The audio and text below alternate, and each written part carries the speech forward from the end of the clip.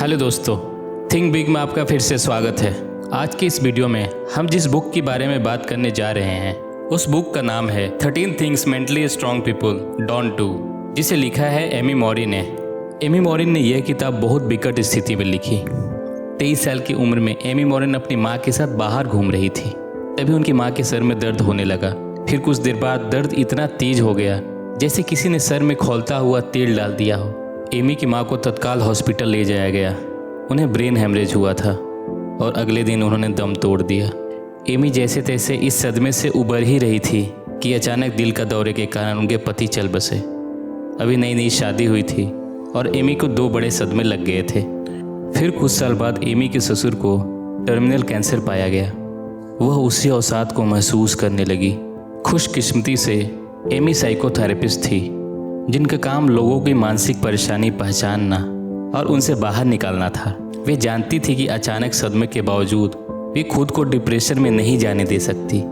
इससे बचने के लिए उन्होंने 13 गलतियां एक पेपर पर लिखी जो मेंटल स्ट्रॉन्ग लोग नहीं करते। यही उनका किताब का टाइटल भी रहा। ये 13 वो मानसिक गलतियां हैं जो हमको आगे बढ़ने से रोकती है। हर इंसान के पास 2 विकल्प होते हैं। जब कोई मुसीबत या दुख आता है, या तो वो दुखी होकर बैठ जाए या फिर उसका हल निकाले। परेशानी का रोना रोना, दूसरों को कोसना या किस्मत का दोष देना, यह एक कमज़ोर मानसिकता की निशानी है। अगर हम कुछ कर सकते हैं तो अपने नज़रिए को बदल सकते हैं, हालात चाहे जैसा भी हो। क्योंकि खुद पे तरस खाना, कुछ देर के लिए ऐसा रोना सही तो लगता है, पर लंबे समय में ये मेंटली वीक करता है। फिर वही इंसान हर बात में निगेटिविटी और परेशानी ही देखता है। एमी के साथ बहुत कुछ पूरा हुआ।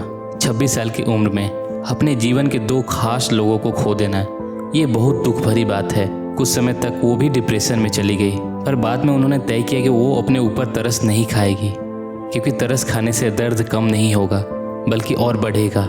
इसलिए बुरे वक्त में खुद पे तरस खाना बंद करें। सोचिए, अगर ऐसे हालात किसी अपने के साथ हो तो आप कैसे उन्हें समझाएंगे। वैसे ही खुद को बोले और समझाएं। अपने भाग्य को कोई बदल नहीं सकता, पर अपना नज़रिया बदल सकता है। अगर हमारे जीवन में कोई परेशानी आ जाए तब हमें क्या करना चाहिए? दुखी होकर बैठ जाना चाहिए या उस मुसीबत का हल सोचना चाहिए? दिमागी तौर पर मजबूत इंसान जो चीज़ उनके काबू में नहीं है उसका न सोचकर जो चीज़ काबू में है उस पर ध्यान देते हैं। मान लीजिए किसी कारण हमारे परीक्षा का एक पेपर खराब हो जाता है, तब ज़्यादातर लोग दुखी होकर बैठ जाते हैं और दिन भर वही सोचकर अपना समय बर्बाद कर लेते हैं। उसी जगह एक दिमागी तौर पर मजबूत इंसान आगे आने वाले पेपर्स पे अच्छा करने का सोचता है और खूब मेहनत करता है। इसी कारण दिमागी तौर पर मजबूत इंसान बड़ी आसानी से सफलता प्राप्त कर लेता है और साधारण इंसान व्यर्थ की चिंता में डूबा पड़ा रहता है। पारिवारिक जीवन पर भी इसका दुष्प्रभाव पड़ता है।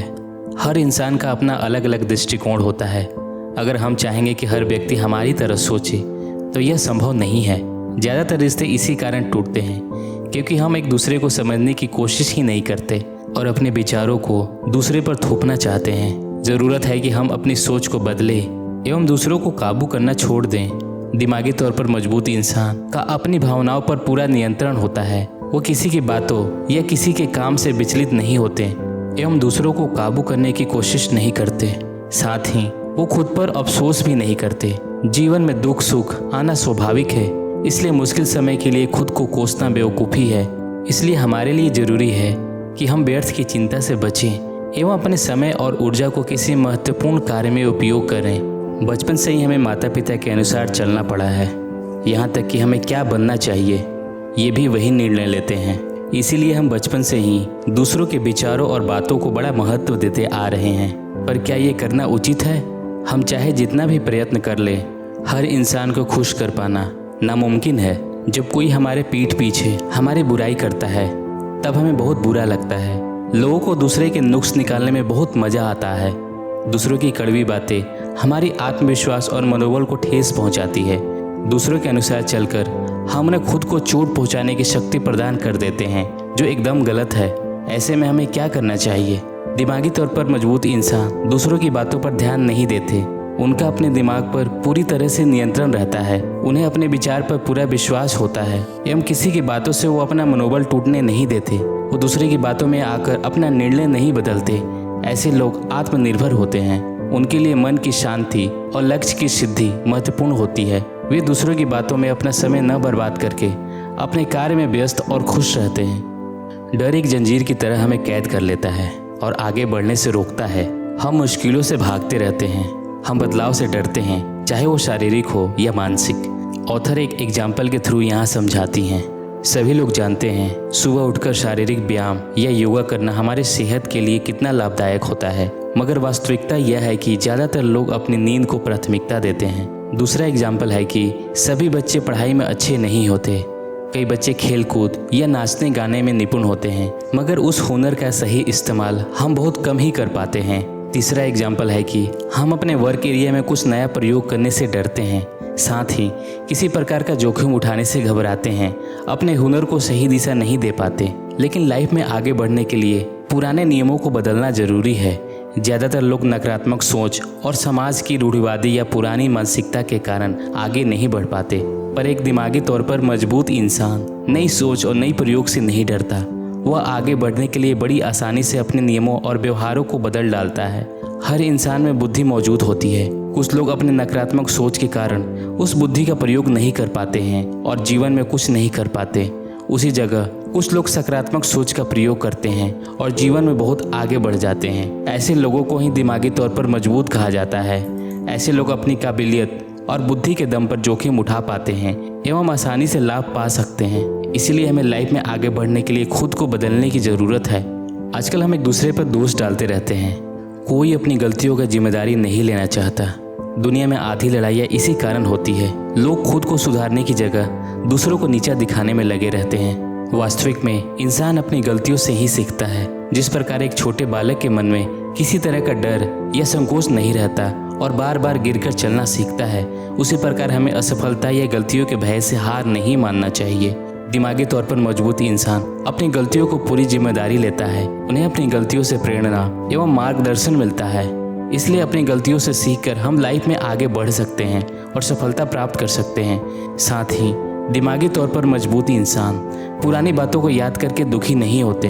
वे अपने वर्तमान को हमेशा बेहतर बनाने की कोशिश करते रहते हैं। इंसान हमेशा चिंता और दुख में डूबा पड़ा रहता है। खराब और नकारात्मक सोच हमें जकड़ कर रखती है। ऐसे में अगर हम अपनी भावनाओं पर नियंत्रण ना पा सके तो हमारा जीवन व्यर्थ है।